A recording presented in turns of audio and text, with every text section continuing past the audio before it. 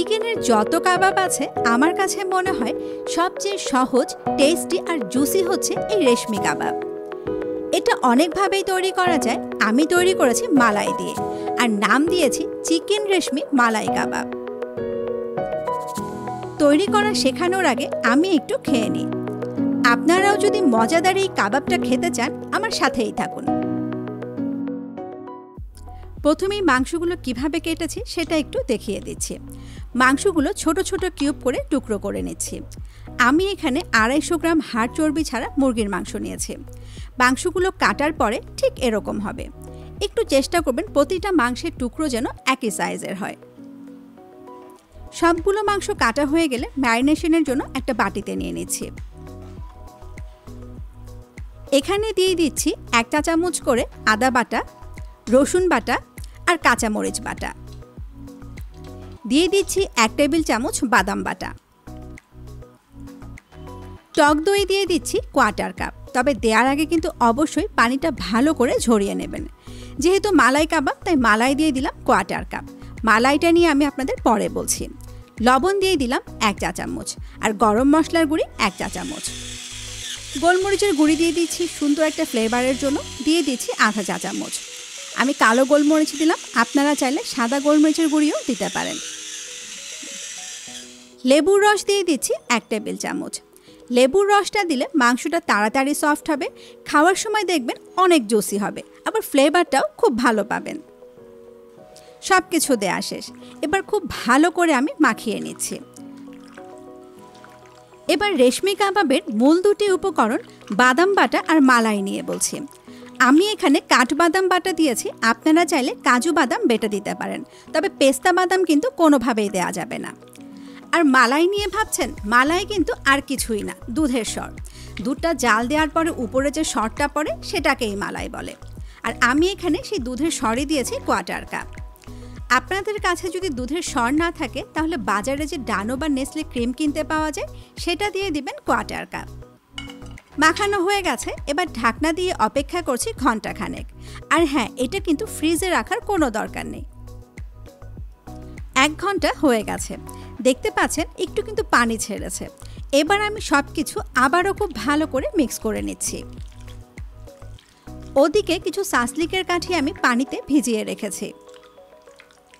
যেহেতু মাংসগুলো কষানোর কোনো উপায় নেই তাই ম্যারিনেশনটা ভালো করে করতে হবে। হয়ে গেছে। এবার গাঁথার পালা। একটা করে সাসলিকের কাঠি নিয়ে নিচ্ছি আর মাংসগুলোকে গেঁথে নিচ্ছি। ওই যে কাঠিগুলো ভিজিয়ে রেখেছিলাম, এই জন্য কিন্তু মাংসগুলো খুব স্মুথলি ঢোকানো যাচ্ছে। আবার আরেকটা বেনিফিট হচ্ছে, যখন আমরা এই কাবাবগুলোকে ভাজবো তখন কাঠের যে অংশটুকু বাইরে থাকবে সেটা পুড়ে যাবে না। তা না হলে কিন্তু আবার ফয়েল পেপার পেঁচাতে হতো। হয়ে গেছে। ঠিক একইভাবে আমি সবগুলো কাবাব তৈরি করে নিচ্ছি। একটা জিনিস লক্ষ্য করলেন কি, আমি কিন্তু ম্যারিনেশনের সময় কোনো তেল দিলাম না। আসলে তেল দিয়ে কিন্তু কোনো লাভও হয় না। এই তেলটা মাংসের ভেতরে ঢোকে না, মশলার উপরে ভাসতে থাকে। তার চেয়ে আমি যখন ভাজবো তখন সামান্য ঘি বা বাটার দিয়ে ভেজে নেব। অনেকে হয়তো ভাবছেন এটা ফ্রোজেন করা যাবে কিনা। এটা কিন্তু ফ্রোজেন করা যাবে না। খুব বেশি হলে 6-7 ঘন্টা আগে প্রিপেয়ার করে ফ্রিজের নর্মাল পোর্শনে রেখে দিতে পারেন। এবার ভাজার পালা।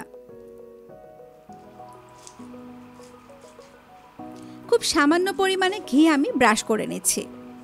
এটা কিন্তু ডুবো তেলে ভাজার কোনো দরকার নেই। আর ব্রাশ দিয়ে ব্রাশ করলে হয় কি, খুব অল্প পরিমাণে তেল লাগে, খাবারটাও খুব হেলদি হয়।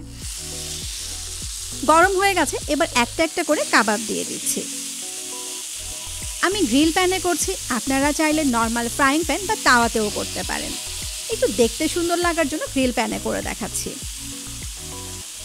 কাবাবগুলো দেওয়ার পরে চুলোর আঁচটা মিডিয়াম এবং লোয়ের মাঝামাঝি করে দিতে হবে। আর এক একবার কাবাবগুলো তৈরি হতে 8 থেকে 10 মিনিট সময় লাগতে পারে। আচ্ছা, কাবাবগুলো দেওয়ার পরে উপরে কিন্তু আমি আবারও একটু ঘি ব্রাশ করে দিচ্ছি। উল্টে দিলাম। কালারটা দেখতে পাচ্ছেন? মনে হচ্ছে না এখনই খেয়ে ফেলি?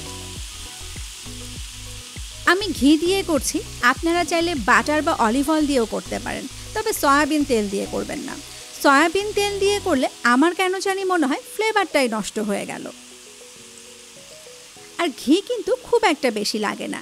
এই যে দেখতে পাচ্ছেন সাইডে ঘিগুলো গড়িয়ে পড়েছে, ওগুলোই কিন্তু আমি আবার তুলে তুলে ব্রাশ করে দিচ্ছি। একটা ভুল আমরা সবসময় করি, তাড়াহুড়ো করতে গিয়ে একদম ফুল আঁচে কাবাবগুলোকে তাড়াতাড়ি ঝলসে নিতে চাই। এতে করে খাওয়ার সময় মাংসগুলো শক্ত হয়ে যায়, আবার ড্রাইও লাগে। ঠিক আমি যেভাবে বললাম লো এবং মিডিয়াম আঁচের মাঝামাঝি রেখে কাবাবগুলোকে ভাজবেন, তাহলে আমার মতো কাবাবগুলো একদম পারফেক্ট হবে। পুরো সময়টা জুড়ে আমি একটু ঘুরিয়ে ঘুরিয়ে উল্টে পাল্টে ঝলসে নিলাম। একটু কাছ থেকে দেখাই, কতটা লোভনীয় লাগছে বুঝতে পারছেন কি? কাবাবগুলো কিন্তু হয়ে গেছে। ঠিক একইভাবে আমি বাকি কাবাবগুলো ভেজে নিচ্ছি। আমার ভিডিওগুলোতে যদি কখনো আমি কোনো টিপস ভুলে যাই, সেগুলো আমি ডেসক্রিপশন বক্সে লিখে দিই। তাই আমার ভিডিওগুলো দেখার পরে অবশ্যই একবার ডেসক্রিপশন বক্সটা চেক করে নেবেন। ভাবছেন এই কাবাবটা কী দিয়ে খাবো? আচ্ছা, চুলো থেকে নামানোর পরে কী দিয়ে খাবো সেটা চিন্তা করা পর্যন্ত কি অপেক্ষা করতে পারবেন?